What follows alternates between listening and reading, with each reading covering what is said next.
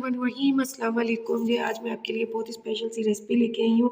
Recipe ऐसी है कि देखते ही उसको मन ललचाए और खाने बैठे तो हाथ जो है वो ना रुके।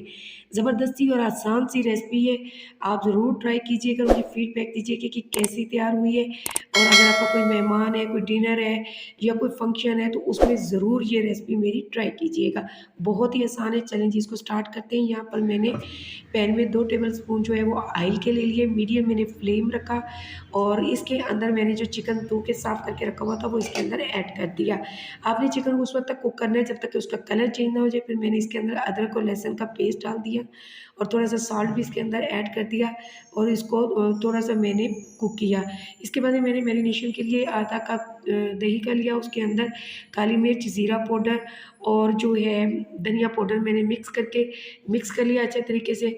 और इसके बाद जो है मेरा उधर से चिकन जो है वो हाफ़ कुक हो चुका था, उसके अंदर मैंने ये मटीरियल जो है वो डाल दिया है। अब आपने उसको इस वक़्त तक पकाना है जब तक कि घी जो है अपनी सरफेस ना छोड़ दे।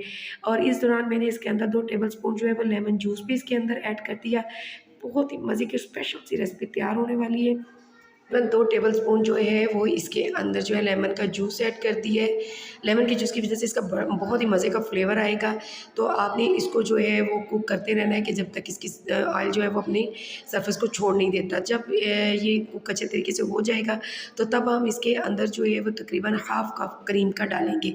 तो यही वो उसका सीक्रेट इंग्रीडिएंट्स है जिसकी वज़ह से ये वाइट कढ़ाई जो है वो बनती है। और उसके बाद 2 सब्ज़ मिर्चें मैंने इसके अंदर ऐड कर दी और थोड़ा-सा इसको दम के लिए रख दिया 1 से 2 मिनट के लिए। लीजिए जी मेरी वाइट कढ़ाई तैयार हो चुकी है। देखा आपने कितनी आसान सी रेसिपी थी। और अब इसको आपने डिश आउट कर लेना है।